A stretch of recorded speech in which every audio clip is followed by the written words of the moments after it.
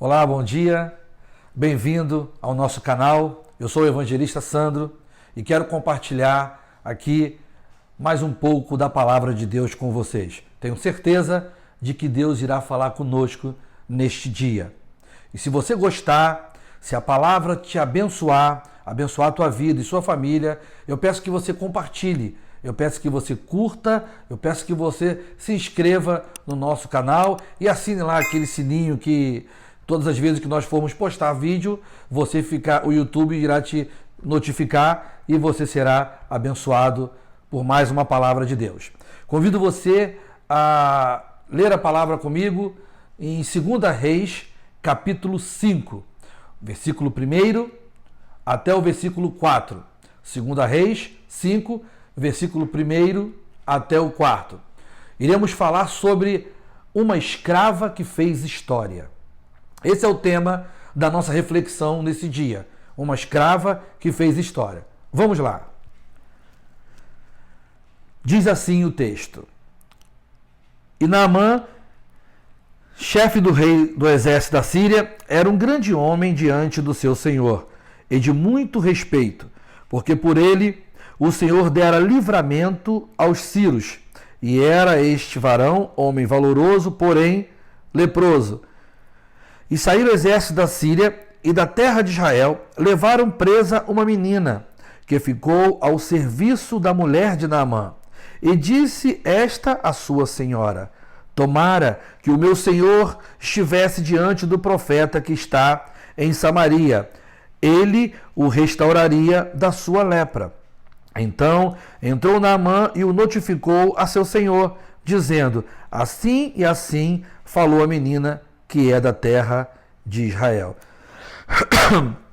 Vamos então falar neste dia de uma palavra muito interessante. Vamos falar aqui de uma menina, em que a Bíblia não fala em nenhum outro lugar dela a não ser aqui, nesses 4 versículos. Uma história de uma menina escrava e que nós vamos ver que mesmo sendo escrava, ela pôde mudar a vida de muitas pessoas. Nesse momento, nesse contexto em que essa menina tinha sido levada como escrava por Naamã, chefe do exército da Síria, Israel agora, o reino de Israel estava dividido. Foi dividido no reino norte e no reino sul. E essas incursões militares em que o rei Naamã, em que o Naamã da Síria fazia as incursões, era no reino norte. E todos nós sabemos que uma vez dividido, tudo aquilo que se divide, tudo aquilo que não tem mais união, tudo aquilo que não está mais num só propósito, uma vez que se divide, se enfraquece.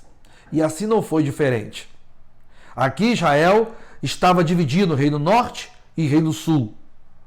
E em todas as incursões que a Síria, que outrora, quando Israel era um único reino sobre Davi e sobre Salomão, a Síria pagava tributos a Israel. Agora, o reino dividido, ou seja, enfraquecido, Israel, o reino norte, paga tributo à Síria.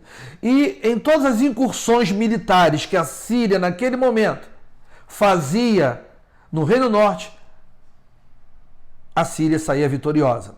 E em todas elas, como era de prática, de costume daquela época, trazia consigo não só os despojos daquela guerra, daquelas incursões, porque eram vitoriosos, como também escravos. E nessa oportunidade, a Bíblia relata que eles trouxeram uma menina como escrava. Chegando na casa, Naamã, um exército do rei da Síria, um general do exército da Síria, um homem muito poderoso e de muitas vitórias. Eu quero acreditar que ao chegar em casa, a sua família comemora com ele mais uma jornada vitoriosa. A sua família comemora com ele, desfruta de mais uma vitória que dá mais prestígio ao seu pai, ao seu esposo, aquele homem e sua família.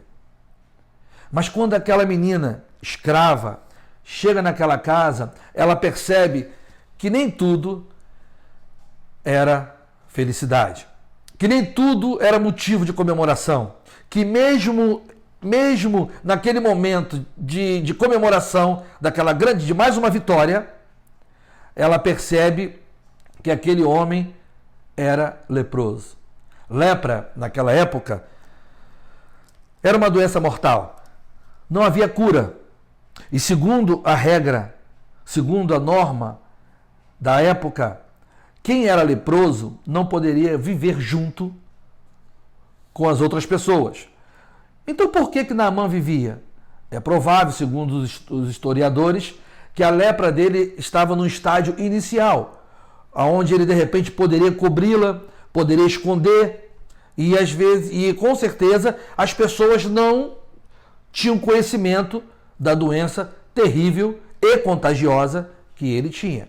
O fato é, ao chegar em casa vitorioso de uma batalha, de mais uma batalha, talvez todo orgulhoso e feliz, ao sentar com tua esposa, quero aqui imaginar, ao sentar com a sua família, ele lamenta. Porque toda aquela vitória que ele teve, todas as outras vitórias que ele havia tido, não foram suficientes para curá-lo daquela doença.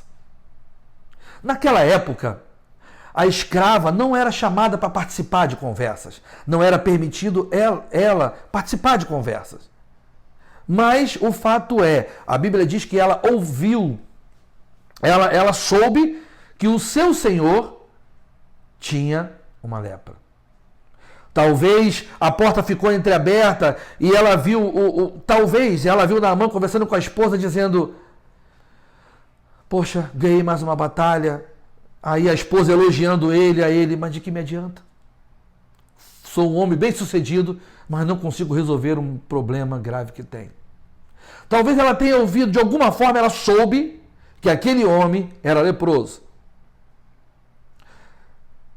E o que me chama a atenção e o que eu quero chamar a tua atenção, o que Deus me ensinou nesse texto, foi a reação daquela menina. A Bíblia fala que ela era uma menina. Então, podemos falar que ela tinha quantos anos? 9, 10, 11, 12? Não sabemos. O fato é, ela era uma menina. E a reação dela nos chamou a atenção. Quando ela sabe, quando ela fica sabendo que aquele homem que desgraçou a vida dela, talvez ela tenha visto Naamã, que agora ela tinha que chamar de Senhor, que agora ela tinha que lavar, que ela tinha que cozinhar, que ela tinha que estar pronta para servir, não com carinho, mas como escrava. Talvez ela era tratada como princesa em sua casa, pelos seus pais, pela sua mãe, pelos seus irmãos. Talvez os seus pais tinham sonhos e projetos para a vida futura dela. Mas tudo isso foi interrompido quando Naamã entrou naquela terra e a trouxe como escrava. Talvez ela tenha visto aquele homem matar os seus pais. Talvez ela tenha visto aquele homem matar a sua mãe. E aqui eu quero chamar vocês a atenção seguinte. Imagine comigo, ela sendo levada como escrava dentro de um carro, presa, ela e mais muitas outras pessoas, e ela, ao passo que ela ia deixando a sua terra, ela via aquelas pessoas mortas. Ao passo que ela ia sendo levada para fora de sua terra, ela via se distanciando tudo aquilo que ela tinha, tudo aquilo que ela conhecia de vida, os seus sonhos, os seus desejos, a sua realidade estava sendo arrancada dela naquele momento. Por quem? Por este homem, Naamã, que ela acabara de descobrir que tinha lepra. Ela tinha, talvez, toda a razão do mundo, todos os motivos do mundo para no momento em que ela soubesse, que ela teve conhecimento dessa realidade na vida de Naamã, desejar o mal para ele. Talvez se fosse no dia de hoje, ela diria assim: tá vendo? É a mão de Deus. Ele me fez tão mal, matou os meus familiares, me arrancou do seio da minha família, aonde eu era feliz, aonde eu era tratado como princesa, e agora me trouxe para cá sem amor, sem carinho, para eu ser tratada como escrava. E ele agora, eu descubro que ele tem lepra. Bem feito. Bem feito para ele. É a mão de Deus pesando na vida dele, é a justiça de Deus pesando na vida dele. Mas não foi essa a reação. Talvez essa reação seria a sua reação. Talvez essa reação seria minha. Talvez essa tenha sido a nossa reação mediante algumas coisas que pessoas fazem contra nós. Ficamos aborrecidos, enfurecidos e, sem que percebamos, desejamos mal às outras pessoas. E olha que as pessoas que talvez nos tenham feito mal ou que nos fazem, nunca chegarão a fazer uma coisa tão cruel quanto ele fez com ela. Mas quando ela sabe disso, ela mexe comigo. A atitude dessa menina, primeiro, me revela uma coisa. Eu não sei, a Bíblia não fala quem foram os seus pais. A Bíblia não fala como ela foi ensinada, qual foi o grau de escolaridade que ela tinha até aquele momento, em qual nível social os seus pais ocupavam, qual nível social os seus pais ocupavam, a classe de amigos que ele tinha, o que eles faziam. A Bíblia não fala nada. Mas nesse momento eu entendo que a Bíblia não precisa falar. Porque a atitude daquela menina mostrou que ela teve um grande ensinamento sobre o amor de Deus. Quando ela sabe, quando ela então percebe que aquele homem que arruinou a sua vida, que desgraçou a sua vida, que mudou a tua vida de forma radical para pior, era um homem leproso, condenado à morte.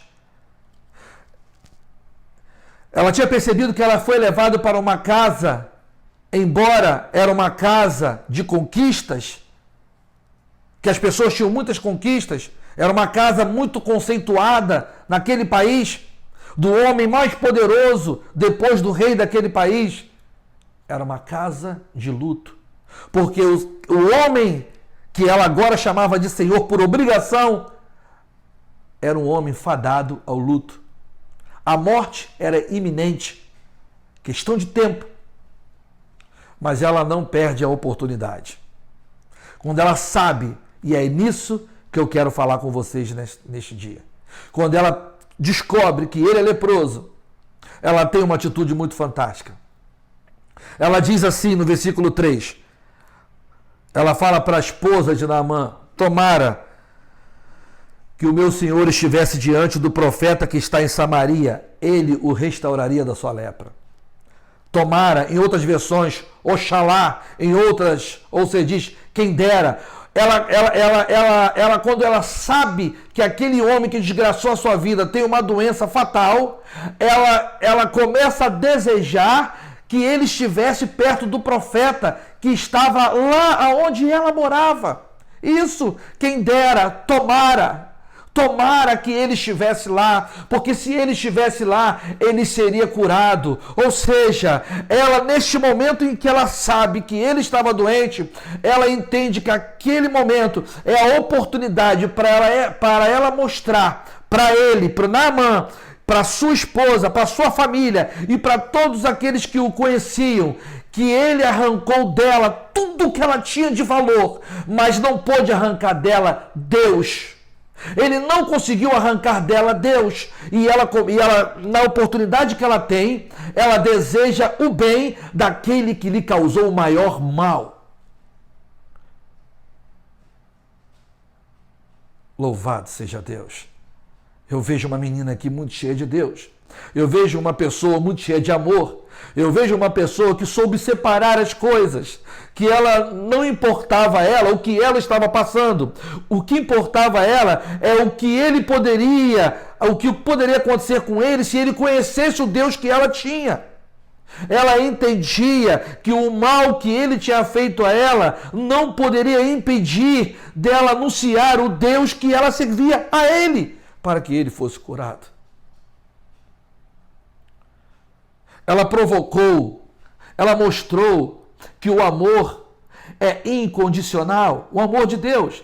Ela mostrou que mesmo que alguém, ela nos ensinou que mesmo que alguém tenha feito mal em sua vida, mesmo que alguém tenha feito mal que você considera irreparável, uma coisa que te machucou muito, o que ela demonstrou ali para nós, o que aquela menina nos ensinou, é que nada que possa ter feito conosco, nada que alguém esteja fazendo com você, ou que já fez com você e com sua família, nada pode estar acima do amor de Deus. Não deseje mal àquele que te fez mal, deseje bem, e de todo o coração. A atitude daquela menina provocou sede a uma família totalmente desesperançada. A uma família que não tinha mais esperança no futuro, porque a morte era iminente, porque ele tinha uma doença incurável e fatal. E ele vai até aquela menina, e a menina fala com ele, e ele, quando chega até ao rei para falar com o rei, olha, a menina, olha que coisa interessante, ele a toma como escrava, e quando ele vai até o rei para falar, olha, ela me falou isso, a menina que eu trouxe, ou seja, ele já muda o nome dela. Ele já não fala com o rei que, olha, aquela escrava, aquela pessoa, não, a menina. Ele já trata de um outro jeito, porque o que ela falou para ele desmoronou o mundo dele. Talvez ele esperava dela uma atitude hostil. Talvez ele esperava dela uma reação bem hostil. Olha, bem feito. Não. O que ele recebeu dela foi o inverso daquilo que ele fez com ela. E é isso que Deus quer de você. Que você faça diferente com as outras pessoas do que fizeram com você. Esse é o propósito de Deus. E a atitude dela provocou sede. Ela provocou sede naquela casa. Todos ficaram alvoroçados, crendo que poderia haver uma solução. E foram até o rei. E chegando lá, o rei falou, pode, toma a carta, vá até o profeta. Ou seja, um país que não servia a Deus,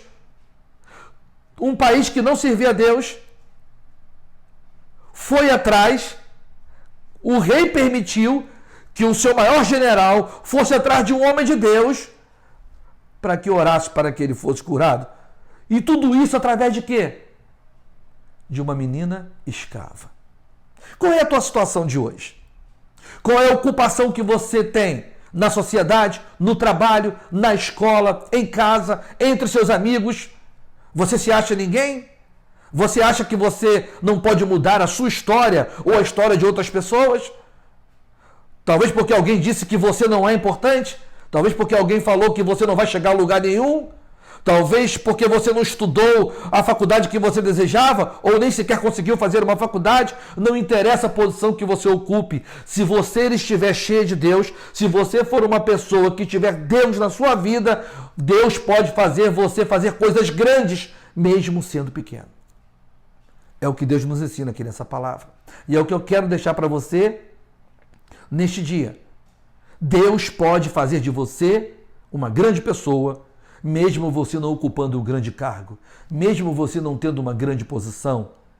Se você ouvir a voz de Deus, se você realmente amar como Deus quer que você ame, e se você aprender de Deus, você poderá fazer grandes coisas, mesmo sendo pequeno. Essa menina fez. Essa escrava mudou a história de um país, de uma família e logo de um país, porque ela tinha Deus dentro dela. Talvez o seu problema arrancou a sua fé, talvez o seu problema arrancou a sua esperança, mas não permita que nada arranque Deus de dentro de você. Ela perdeu tudo, mas ela não perdeu Deus. Que Deus abençoe, que Deus te dê um dia maravilhoso, que essa palavra de Deus entre em seu coração e faça aquilo que tem que ser feito, que ela trabalhe em você da maneira em que você precise. Deus abençoe, até o próximo vídeo.